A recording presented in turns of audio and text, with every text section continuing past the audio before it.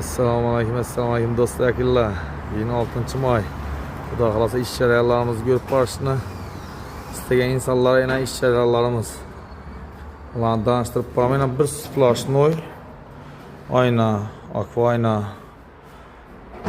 korpusni balkonuna bir splashnoy. Yani ishlash jarayonlari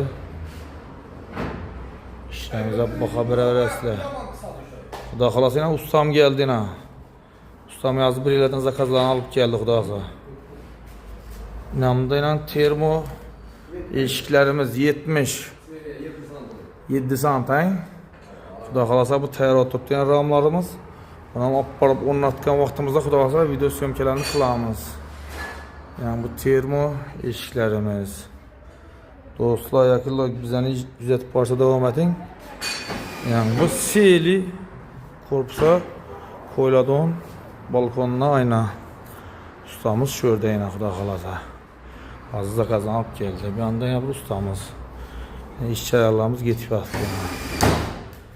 Yani görüp kuzatib banlar.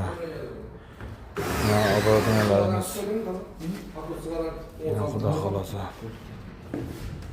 Sağlık salametlik olsa bizlere müracaat kılaverasizlar. Yani iş jarayonlarimiz. Necətib işlənişini görüp xəbər beraverasizlar.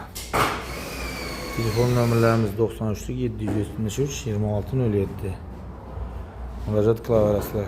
Könlünüzə yakkandan kim pulunu verasizlar? Bu qana işini görüp, sifətini görüp kim pul verasizlar. Canları sağ olsun. Həmmə qiyamət.